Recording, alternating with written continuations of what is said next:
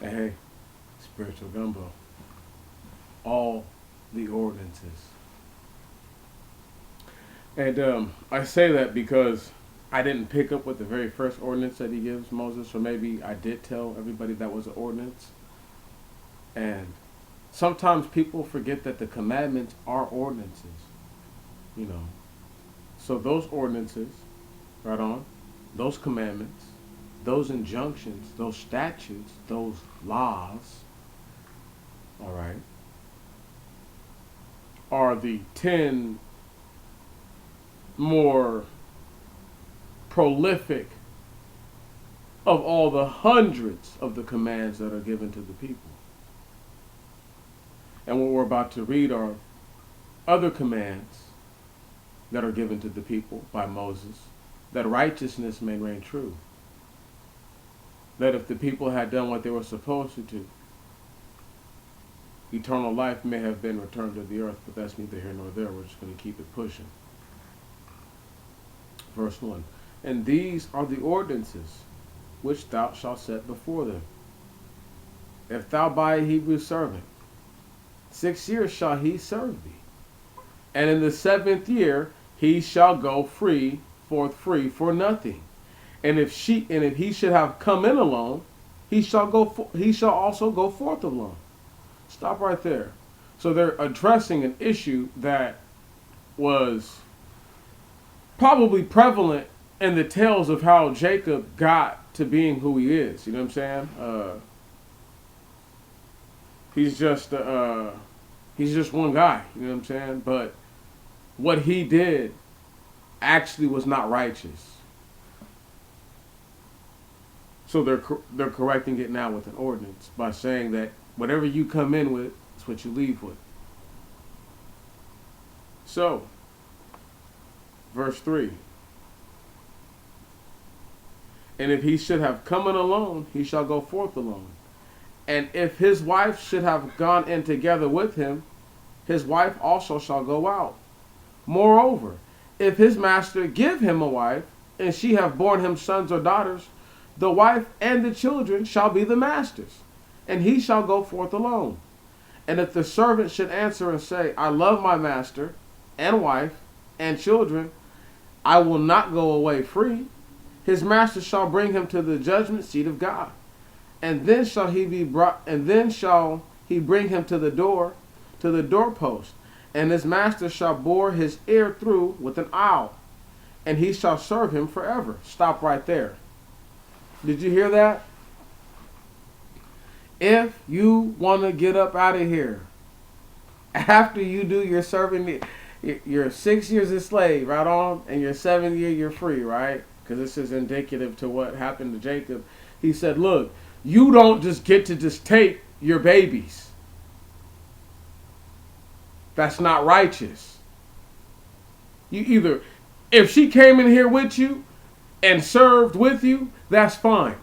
But if you came here, he gave you a wife, and she bore children, those children are his servants. That woman was his maidservant. And if you want to stay forever, he's going to bore your ear. Okay? He's going to pierce your ear. All right? And you're going to be his servant forever. Going forth. Verse 7. And if anyone shall sell his daughter as a domestic, she shall not depart as the maid servant depart. So listen, he's saying that if you sell your daughter to somebody here of the land, okay, if these people get up out of here and leave, your daughter's not to leave up out of the land. You understand? So I don't know if he's saying that you need to go restore your daughter or have her restored to you, but that's an important thing. You know what I'm saying? And that has to happen. So, having said that, we're just going to go forth. Verse 8. If she be not pleasing to her master after she has betrothed herself to him, he shall let her go free. But he is not at liberty to sell her to a foreign nation, because he has trifled with her. Listen, they're saying like, look, bruh, so you sold her to somebody who is there, a domestic, right? So they're like, look, she was supposed to get married, okay? He doesn't want to be with her. He's not going to go sell her off to somebody of a foreign nation. That's not happening. Let's just keep it pushing.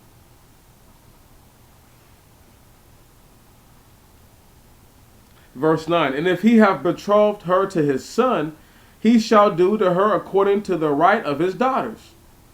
And if he take another to himself, he shall not deprive her of necessaries and her apparel and her companionship with him. Stop right there. Listen to this.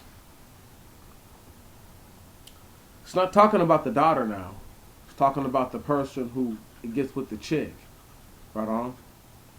And it's saying that if you buy the chick and you sell the chick to your son, right, you have to treat her like you treat one of your daughters now. You can't just treat her like some chick you buy. And then also, if you buy another woman, right, and you're still with that woman, you have to still feed, clothe, and you have to be with this woman.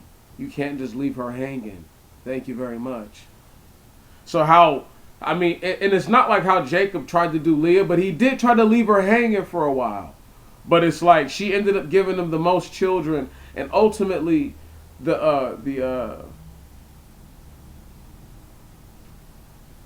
characters that we know to be the most important to the degree that they're important are like Moses, right?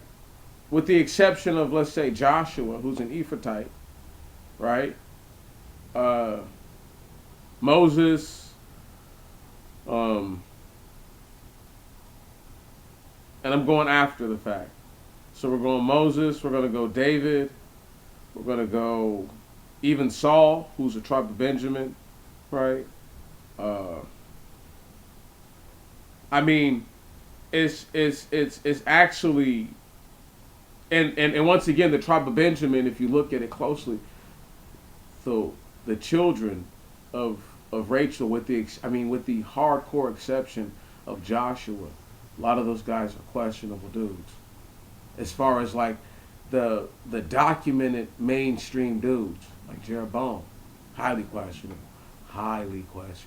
And not to say that there aren't people from the main tribes. Obviously, the priests fell off all the way by the wayside, but these are people who were put over, or people who never actually totally bought in to the lifestyle going forward, because I don't want to get too carried away. Verse 11. And if he will not do these things, and if he will not do these three things, which is clothe her, give her the necessary, feed her, clothe her, and be with her. I'm not going to get all carried away with what that means. You know what companionship means, people. Don't be childish. And if he will not do these three things to her, she shall go out free. She shall go out free without money. And if any man smite her, and if any man smite another, and he die, let him certainly be put to death. Stop right there. So you see how it just skipped? Like the whole bam, just changed the whole message. Right. How you went from how you treat a woman if you buy her or sell her or whatever, to if you kill somebody or if you hit somebody and he dies, certainly gonna get put to death. See how like the whole thing changes? I see why I can just change my whole program, because you have to be able to change the program with the book going forward.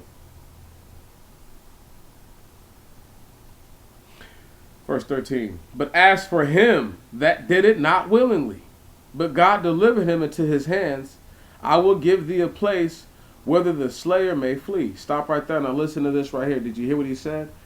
If this person pretty much was asking for it, right? Most High's like, and God's like, I delivered them up to you. I'm going to give you somewhere to hide. Now listen. Verse 14. And if anyone lie and wait for his neighbor to slay him by craft, and he go for refuge, thou shalt take him from my altar to put him to death. Whoever smites his father or his mother, let him certainly be put to death. He that reviles his father or mother shall surely die. Whosoever shall steal one of the children of Israel and prevail over him and sell him, and he be found with him, let him certainly die. Listen to that right there. Listen to that. You see how it all is just changing up? How it's all just like, it sounds like it's over the place, but it's really not. They address the treatment of the women almost first and foremost. Right on? By addressing outside of the Hebrew servant. Right on? But it addresses the how you're not going to just treat a chick any old kind of way. Outright. It doesn't wait to tell you that. You see what I'm saying? And so when women try to say that the Bible is chauvinistic or misogynistic or whatever, like I have to feel like maybe they don't know what, what I know. Maybe they don't feel what I feel about it. But it's like, I mean, I don't know. You know what I'm saying? You can't make somebody think what you think. But I do know that right there, it's a clear line as how you are to treat the opposite sex, if you will. And then it even goes into a decree as to what you're going to do to people who commit acts of violence, right? And it distinguishes. If somebody kills somebody because it was like, it didn't say on accident. It's pretty much like you didn't want to. You know what I'm saying? You're unwilling to do it. Right? You know what I'm saying? You're not supposed to get killed for that. You know what I'm saying?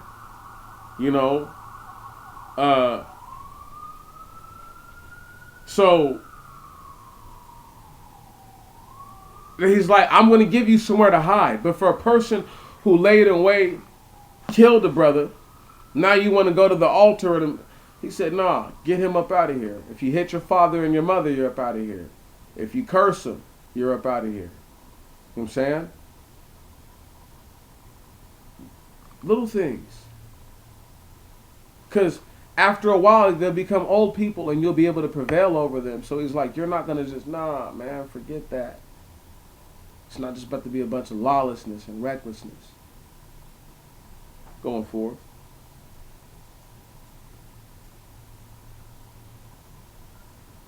And did y'all check that part where whoever shall steal one of the children of Israel and prevail over him and sell him, and he be found with him, let him certainly die? You see why I'm saying that, right? Because it's like, look, you didn't kidnap one of the babies. It's a boy. You didn't pretty much you've prevailed over him, right on, because you've made yourself his master, right? If you catch that, kill that sucker on sight. Anyway, going forward. Verse 18. And if two men revile each other and smite smite the one the other with a stone or his fist, and he die not, but he lie upon his bed, if the man arise and walk abroad his staff, he that smote him shall be clear. Only he shall pay for his loss of time and for his healing. And if a man smite his manservant or his maidservant with the rod, and the party die under his hands, he shall surely be punished. He shall be surely punished. But if the servant continue to live a day or two, let not the master be punished, for he is his money. And if the two men strive and smite a woman with child, and her child be born imperfectly formed, he shall be forced to pay a penalty, as the woman's husband may lay upon him. He shall pay with a valuation. Listen.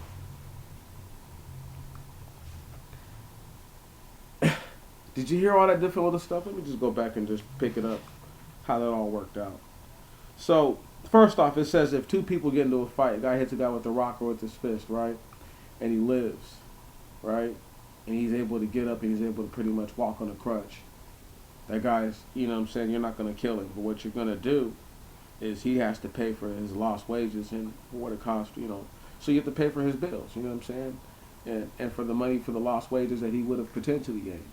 And then from there, it goes on to say how if If a man smite his man or maid servant with the rod, and then the party die under his rod, he shall be surely punished. So the Most High God doesn't say that he shall die, right on, but he's like he's going to be punished for that. You know, to set it because there's a difference between the master and the servant, but also I really do believe that we have to keep in mind that people do a lot of stuff today, right? That we find worthy of hitting somebody with a weapon, probably, or with your hands for or with over, and so we have to keep in the context that a lot of those things probably took place, and still is saying that if if you beat somebody down to where they died, it's like that's not righteous, so you have to be punished for that, you know. But he's like, if they lived, then don't do anything to them because the master's the money for everybody. Right. So you beat down the master, but this dude lives. He's like, I still need my money. Right. And it says a day or two because it's like for all those days, for all the time he's alive, his family needs that just in case they don't live past that. Then you could punish this person. But don't punish them right here, right now. Let's see if they get better or not. Because they're going to owe them for all the time that it takes to get better. Right. They're going to have to pay for all their healing and all that and all the wages missed. Think about it. It's all logical common sense. Verse 22. And if two men strive and smite a woman with child, and her child be born imperfectly formed. So listen, if the child is born with dysfunctions, malformities, right on. So this happened back then apparently. Where he shall be forced to pay a penalty, as the woman's husband may lay upon him. When it says lay upon him, I really do believe that it's talking about with the sword or press him. You know what I mean? Like, yo, bruh, you gonna take care of that. But I when I hear lay upon him or I read it, I assume that he's gonna fall upon him with the sword. But I can't be right about that. He shall pay. He shall pay with the valuation. That's right. So whatever the value of the damage of the. So if the child is just a little slow, and we can live with that, you're gonna pay me for the rest of the days of this child. You know what I'm saying? Like you're gonna. But if the child is all the way messed up, where it's like we feel like we might have to take him out back and, mercy kill him, like you're gonna have to pay the penalty. You see what I'm saying? That's why it says lay upon him, because I believe that you might have to kill him if the injury is too great to the baby.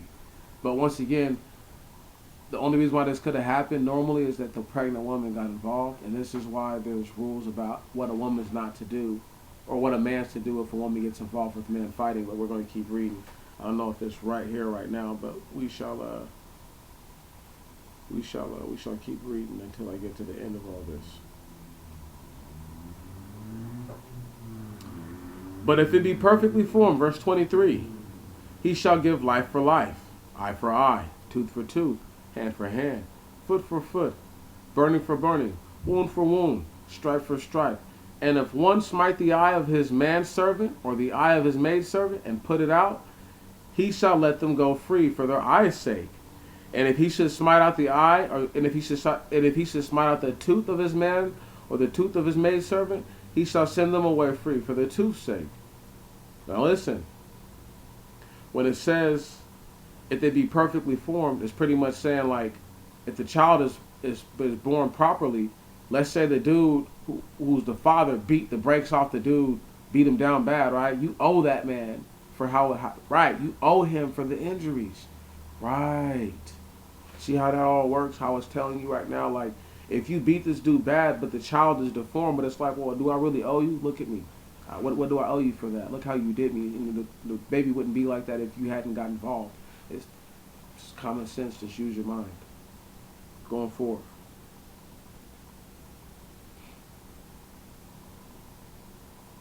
And you hear that if your eye or your tooth get taken out by the master, he's like, yo, you gotta let them go, bro, for the sake of their tooth or for their eye, because you can't get that back. Verse 29. But if the bull should have been given to, Verse 28. And if a bull gore a man or a woman, and they die, the bull shall be stoned with stones, and his flesh shall not be eaten. But the owner of the bull shall be clear. But if the bull should have been given to goring in former time, and men should have told his owner, and he have not removed him, he should have slain a man or woman. the bull shall be stoned, and his owner shall die also. Listen. So he's like, look, if a bull gores somebody, and it's the first time this ever happened, just stone the bull. Don't eat the bull either. He said, but if this is not the first time this has happened, you kill the bull and you kill the owner. Right. Going forth. People are like, why could he laugh about that? I'm like, because that's what they get if they do something wicked like that. Verse 30. And if a ransom should be imposed on him, he shall pay the ransom of his soul so as much as they lay upon him. That's right. So that's what the term lay upon, like I told you, to press you, you know. But also, it could mean that sword because you can get stoned up. Anyway, I'm not going to get carried away. Oh my goodness. I love the Bible. I love the scripture. It is very, very funny. Verse 31. And if the bull gore a son or daughter, let them do to him according to this ordinance. And if the bull gore a manservant or maidservant, he shall pay to their master 30 silver drachms, and the bull shall be stoned. And if anyone open a pit or dig a cavity and stone and cover it not, and an ox or an ass fall there, the owner of the pit shall make compensation, and he shall give money to the owner, and the dead animal shall be his own. And if any man's bull gore the bull of his neighbor, and it die, they shall sell the living bull and divide the money, and they shall divide the dead bull. But if the bull be known to have been given to goring in time past, and they have testified to his owner, and he have not removed him, his owner shall repay bull for bull, but the dead shall be his own. He shall repay bull for bull, but the dead shall be his own. So listen to that right there. And that's going to be the end of it. It's saying right there, this is funny. First off, it's like, look, if the bull gores a baby boy or baby girl, a little kid, obviously this happened. Bump all that, kill the bull. If the person didn't, if this happened before, kill the owner too. Right? There will be no paying for nothing. If it's just a man or maid servant, they assume that they were probably doing, like, you have to have more sense than a child. So they're like, I'm not going to say that they did something to the bull, but come on, use your imagination, people, of what could have happened with this bull to make the bull go crazy like this, right? But he's like, look, if you dig a hole and somebody's animal or the donkey, whatever, the bull, the donkey fall in it, horse, right, fall in it, right? You have to repay them animal for animal. Well, you have to repay the animal, you know what I'm saying? And so, like, I would assume, let's say you don't have a bull, right? And you have a donkey, you probably have to sell your donkey, right? Or however, or we have to get the money right for that. Whatever one is worth more or less. You see what I'm saying? So that's why it's not, to me, it's not exactly clear, but that's the way that you would go about it. That's the way that you follow that up. Now, having said all this, before I have to get off, because I'm just way past my time, did you note that if your bull has already killed another bull before, how they go back to the bump all that? We don't just split half a bull, you know what I'm saying, and then sell this one? He's like, no. You're going to repay the whole bull, and that dead bull is yours. You have to worry about that all on your own, right on? And then, I get your bull, it seems like it's like a double up. You follow what I'm saying? As opposed to you just selling your bull and them giving half. It's like they get your whole bull, word, so they get all the value of it, and you still have to worry about this dead carcass. That's all you. That's your dead animal now. Justice. But these are ordinances, right? Not the 10 Commandments, but these are ordinances. Hope you guys enjoyed it, because I enjoy it. I'll be back with something. Spiritual Gumbo. Out.